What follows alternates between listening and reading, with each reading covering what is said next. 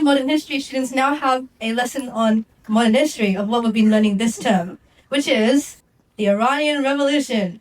But before that, I want everyone to take a look at these two photos on the screen showing Iran before the revolution and Iran after the revolution. And I want you to ask yourselves, which world would you rather be living in?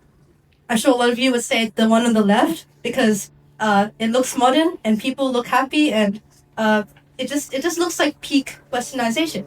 But if modernization is so good, then why did millions of Iranian people rise up against the very leader who created this modernization, Mohammad Reza Shah Pahlavi, in 1979? And to answer that question, we need to look at three main things. Firstly, his consolidation of power. Secondly, his achievements. And thirdly, the opposition against him.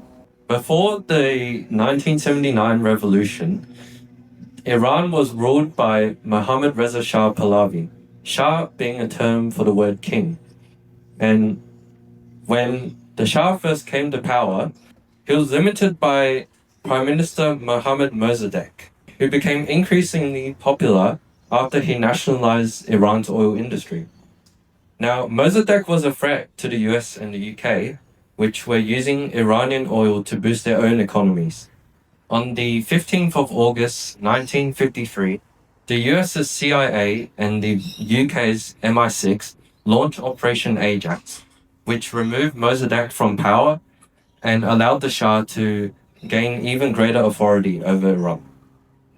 And finally, the Shah further consolidated his power through the establishment of the secret police Sabak, which suppressed opposition, and by launching a major reform program known as the White Revolution. So we understand that the Shah was actually quite modernizing for his time, as seen by the 1963 White Revolution.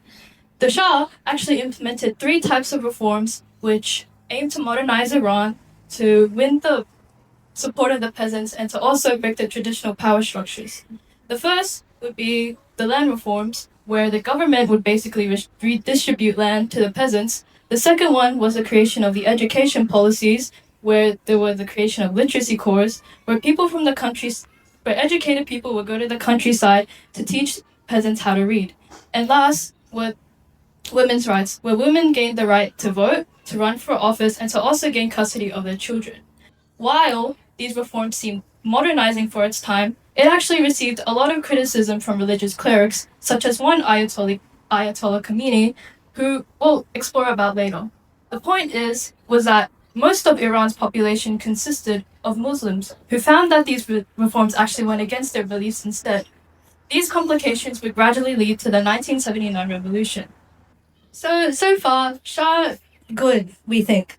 His reforms are mostly effective. The only people who seem to oppose him are the clerics and the religious people, right?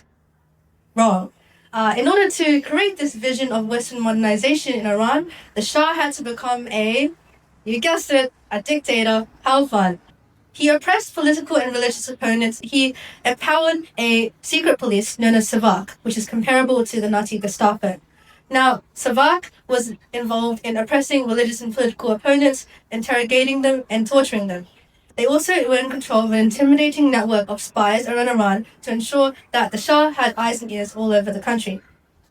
The following is a list of alleged torture methods used by Savak. Severe flogging, electric shocks, beating, making people sit on burning hot iron, extracting teeth, extracting fingernails, dropping acid into nostrils, hanging, and drowning. And the rest I'm not allowed to say at this assembly. But if you want to learn more, you can research the Tawhid Prison Museum, or you can come up to us after assembly. So, Shah not good, Shah bad. So bad, in fact, that US President Jimmy Carter had to fly in and tell our old friend Mohammad Reza Shah to calm down and reduce his repressive control, which he did. But this only made things so much worse because the reduced censorship paved the way for increased political movements against him and greater protests, some of which were so destructive they had to be martial law enforced, which we'll mention later. Okay, so while the Iranian oil actually led to overall economic improvements, most of this wealth was actually distributed to urban areas instead. So this meant that while governments and the elites basically just got way richer, while the poor got poorer with basically just rising living costs as well as inflation. Okay, But would you look at that? It seems the Shah's land reforms are coming back to bite him. Why? Well, I guess the agricultural and land reforms actually didn't help because most of Iran's economy consisted of agriculture. So, if the countryside wasn't getting as much development as the city, then migration was the only solution.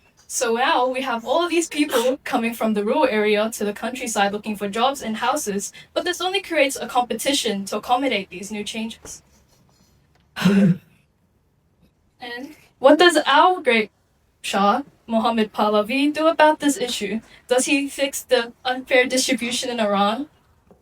Good morning, fellow Iranian farmer. Good morning to you too. Have you seen the Shah recently? He's been piling in so much money from our nation's oil exports.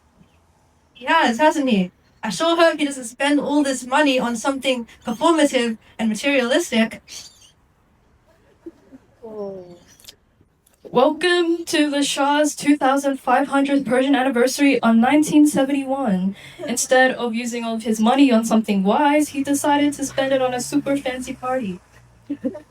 Well, at least he didn't rub it in our face more by building a 42-meter tower costing $6 million US. That would be terrible. And it wasn't a surprise that Iranians thought he was out of touch. Now on to religious backlash. Remember that dude Khomeini? Well, this whole time, he's been building a mass following by recording charismatic speeches against the Shah and promoting an Islamic government through cassette tapes, TV, and interviews. Shah bad, but Khomeini good? The public seemed to think so. In 1978, thousands of anti-Shah protesters gathered in Tehran in what became known as Black Friday. Martial law was announced, and troops of inexperienced soldiers opened fire on unarmed demonstrators, killing between 80 and 100 people that day. The Black Friday massacre snapped any remaining trust in the Shah's government and strengthened opposition even further. Khomeini continued to criticize the Shah as being a puppet of America. Protests continued, and the Shah failed to smother the instability in Iran. Finally, in January 1979, the Shah left Iran, allowing Khomeini to fly in and establish a new Islamic state. And the rest is history.